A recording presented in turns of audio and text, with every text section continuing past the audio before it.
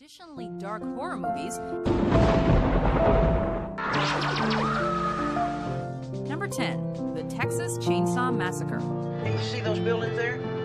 That's where they kill them. Gritty and foreboding in every scene, this slasher flick revels in all the violence and gore that it could possibly throw at its loyal audience.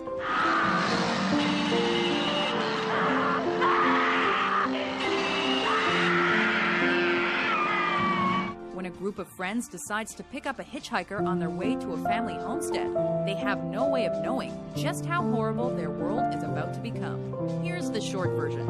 Awaiting them near their destination is a family of cannibals who use the bones of their victims to furnish their home. Among the most wantonly violent films ever made to this day, if this massacre doesn't chill you to your very core, we don't know what will.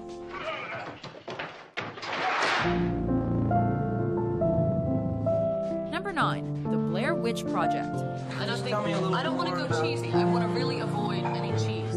One of the most successful indie flicks ever, the Blair Witch Project's marketing campaign made it the most talked about movie in America. It was like a woman, only on her arm, on her hands and everything. It was like hair, like a real dark, almost black hair. The fact that the trailer and teasers that whet the appetite of audiences everywhere gave away virtually nothing about the plot made all of the found footage flicks' twists and turns entirely shocking.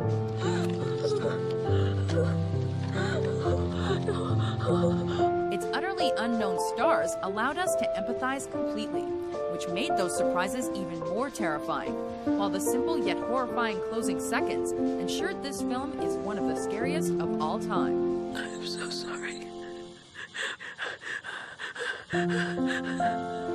Number 8, Child's Play. While on the brink of death, Lakeshore Strangler Charles Lee Ray imbues a child's toy with his soul to ensure that his reign of terror will never end.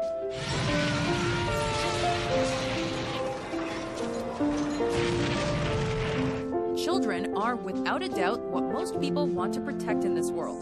So when this film centered itself around the idea of having a ruthless killer cuddle up to an innocent child, it became many adults' worst nightmare. Hey, Mikey! Anchored by the effortlessly creepy voice work of Brad Dourif, any movie that could make children fear the very playthings they adore so much is positive to scare many for years to come. Hello, Andy. Number 7, Paranormal Activity. Just this mask, like the shadowy just figure that would be at the foot of my bed. And it was always at the foot of my bed. It was never at the foot of her bed, but she did see it. Based principally around home video camera footage of a couple being haunted by supernatural phenomena in their new home, this supernatural horror combined everything that made the Blair Witch Project and the Amityville horror.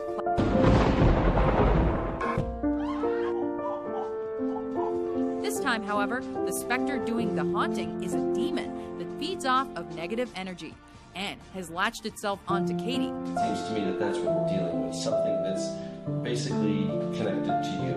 In Paranormal Activity, we get to see the psychological damage that prolonged exposure to a force of pure evil wreaks on a completely typical couple, while getting further thrown for a loop by the many suddenly scary moments played out in front of us. Enthralling and unsettling, it's the moments of quiet and static that give the sudden action the ability to scare us to our bones. Mika? Ma'am? She's got a weapon. Where's Mika? Ma'am, Where's put the knife down. Put the knife down. Number 6, A Nightmare on Elm Street. Worst nightmare I ever had. You wouldn't believe it. Matter of fact, I had a bad dream last night myself. I had a hard-on this morning when I woke up, Tina. Had your name written all over it. It's a simple fact of life. We all must sleep. What, Mother? And, try as we might, we are incapable of staving off sleep forever.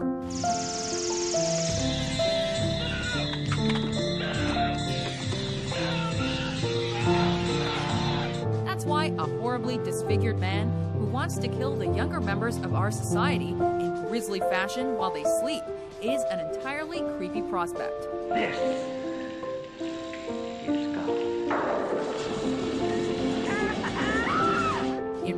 by his murder at the hands of parents who believed he killed their children, Freddy Krueger managed to stave off the hell he deserved.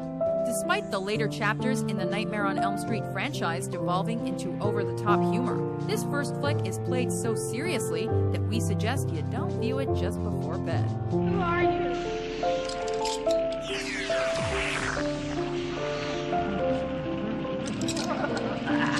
Number 5. Rosemary's Baby. Oh, Guy, let's take it, please. That living room could be... Oh, please, let's take it. Okay, darling, we get out of the other lease, okay. Like many young couples who are finding their way in the world, Rosemary and her husband Guy are trying to conceive a baby. We have to make a baby. We'll do it. That is where the resemblance to a typical story ends, as Rosemary soon finds herself the unwilling focus of a strange group of people and their malevolent plans for her child-to-be. This is no dream. This is really happening.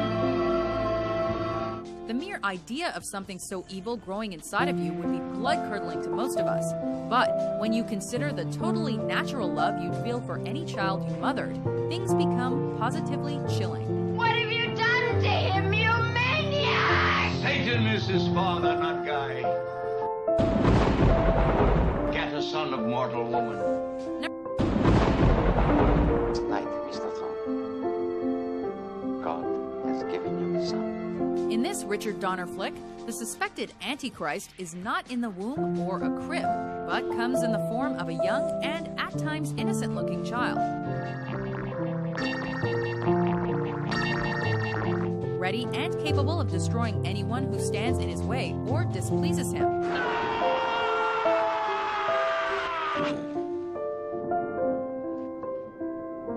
Damien's life is surrounded by grief, misery, and death. Fraught with violent visuals like decapitations and hangings, The Omen doesn't pull any punches as it delves into the life of the world's most evil little boy. Excellent performances and incredible suspense make this movie one of the best horror films of all time. Please, Daddy, no. No, Daddy, no. God, help me. Please. Stop. Stop. Put on fire. Number 3. The Ring. What would you do if your son had 7 days until he dies in horrendous fashion? And what if your son's fate was inexorably tied to your fate? These are the questions that this remake of the 1998 Japanese film of the same name attempts to answer in the most unnerving way possible. Fueled by amazing sound design and a gripping score, every moment of The Ring will have you recoiling in terror.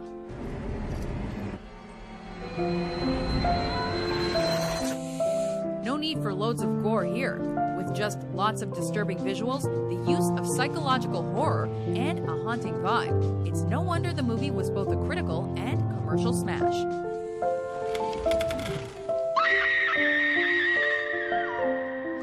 Number 2. Alien.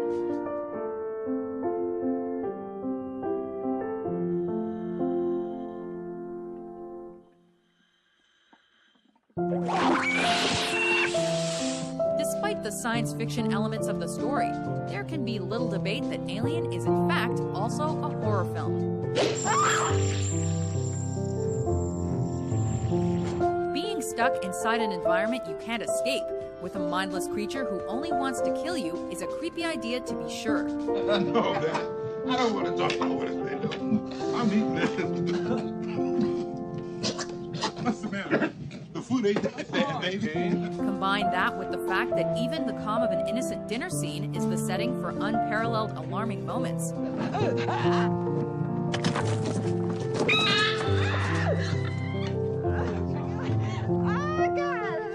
Like this movie's unforgettable chest burst, and it becomes clear that Ridley Scott's space adventure doesn't only grab you by the neck, it also never lets you go again.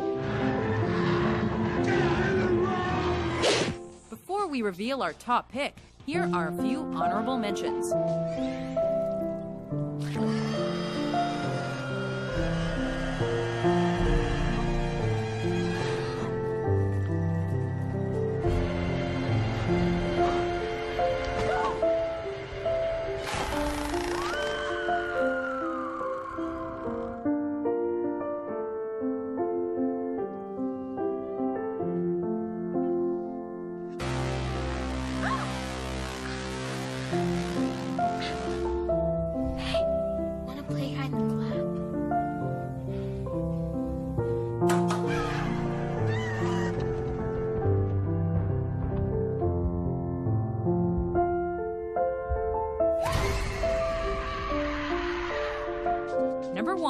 The Exorcist. You're gonna die up there.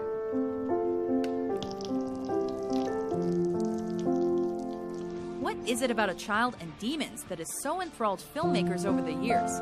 In this case, we're introduced to Reagan, a friendly 12-year-old girl who becomes possessed by a demon after playing with a Ouija board. Captain Howdy, do you think my mom's pretty? Captain Howdy? Captain Howdy, that isn't very nice. A terrific and refreshing concept for a horror film got taken to the next level by William Peter Blatty's exceptional screenplay and the amazing direction of William Friedkin in The Exorcist.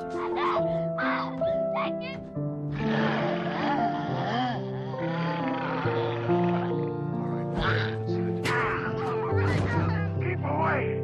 This hour's mine. Unflinching and truly scary, this is what we'll always imagine an actual possession would look and feel like. You know what she did? Your daughter. Forcing us to imagine how helpless we'd feel if ever this happened to our loved ones, then compounding that with moments like when the demon tells the priest about his mother's fate in hell. Your mother sucks cocks in hell, Paris, you faithless slime. Come on, the Lord be with you. This is as scary gets, and undoubtedly a horror classic. How long are you planning